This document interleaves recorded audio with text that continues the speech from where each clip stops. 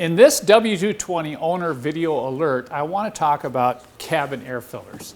Now I know you might be thinking, well, why do you need to alert anybody about those? You know, it's not that big a deal, they're just filters, they just filter the air. Well, not so. As I think you'll learn as we go through this video, there are some other considerations, okay? Now these filters here have only been in this car for 2 years, because I see these filters, they haven't been changed for 5, 10, 15 years.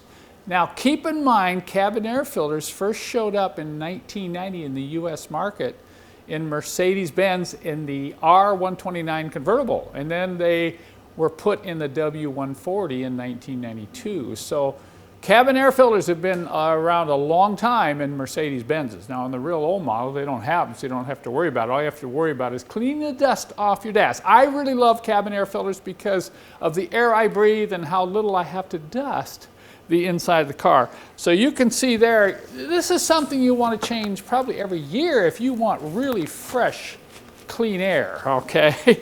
Now in the W220, they're not that difficult to change if you know what you're doing. That's the key, knowing what you're doing. You do have to pull out the glove box to get to the two pre-filters. These are just white air filters. They go up inside, underneath, on top the heater blower motor assembly through the glove box door, and then you have to pull the under dash panel to get to these two charcoal filters here. So there's 4 filters you have to change in the W220.